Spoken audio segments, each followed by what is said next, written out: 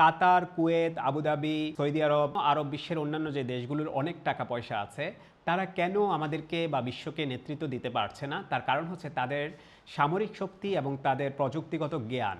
জ্ঞান এবং শক্তি এই দুটা জিনিস তাদের নেই।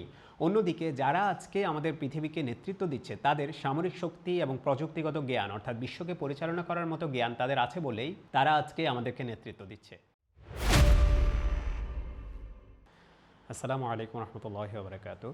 নেতৃত্বের জন্যে টাকা নাকি জ্ঞান, কোনটা বেশি প্রয়োজন? আজকে আমরা এই বিষয়টা জানার চেষ্টা করবো ইনশাল্লাহ। কোরআন থেকে আমরা এটা জানার চেষ্টা করব। আমরা যদি বাস্তবিক উদাহরণ দেখতে চাই, তাহলে আমরা দেখতে পারি যে কাতার, কুয়েত, আরব আমিরাত, সৌদি আরব, এই ধরনের যতগুলো রাষ্ট্র মধ্যপ্রাচ্যে রয়েছে, এদের অনেক বেশি টাকা থাকা সত্ত্বেও এরা এখন বিশ্বে নেতৃত্ব দিতে পারছে না। অন্যদিকে আমরা দেখতে পাচ্ছি যে যুক্তরাজ্য, যুক্তরাষ্ট্র, রাশিয়া, ফ্রান্স, চীন, এই দেশগুলো নেতৃত্ব দিচ্ছে বিশ্বের। তাহলে এর কারণটা কি, সেটা আমরা আজকে কোরআন থেকে খুঁজে বের করার চেষ্টা করব।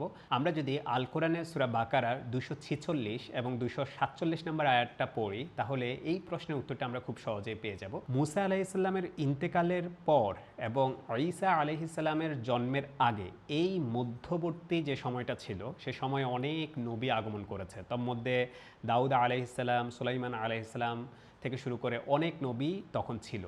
মুসা আলাইহিসসালাম ইন্তেকালের পরে যে নবী ছিলেন, অর্থাৎ দাউদ আলাইহিসসালামের আগে যিনি নবী ছিলেন, তার কাছে বনী ইসরায়েলের কিছু মান্যগণ্য লোক গিয়ে বললেন, ইবআথ লানা মালিকান, আমাদের জন্য একজন রাজা পাঠান।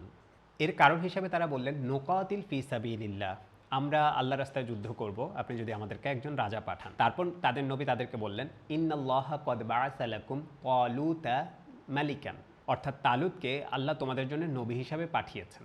নবী তাদেরকে এই কথা জানানোর সাথে সাথে তারা বলল, ওয়ানাহনু আহাক্কু বিল মুলকি মিনহু, অর্থাৎ আমরা তার চেয়ে রাজা হওয়ার বেশি অধিকারী। এর কারণ হিসাবে তারা বলল, লাম ইউতা সাআতাম মিনাল মালি, অর্থাৎ সে ধন সম্পদের দিক থেকে তেমন কোনো ধনী না বা তার ধন সম্পদ বেশি নেই। তারপর তাদের নবী তাদেরকে বললেন, ইন্নাল্লাহ আস্তাফাহু আলাইকুম ওয়াজাদাহু বাসাতান ফিল ইলমি ওয়াল জিসমি, অর্থাৎ আল্লাহ বনী ইসরায়েলের অন্যান্য প্রধান ব্যক্তিদেরকে রাজা না বানিয়ে তালুতকে আল্লাহ তাআলা রাজা বানিয়েছেন, কারণ তাকে আল্লাহ তাআলা তার জ্ঞান বেশি দিয়েছেন এবং তাকে তার শারীরিক শক্তি বেশি দিয়েছেন। এবার আসুন আমরা হিসাবটা মিলাই।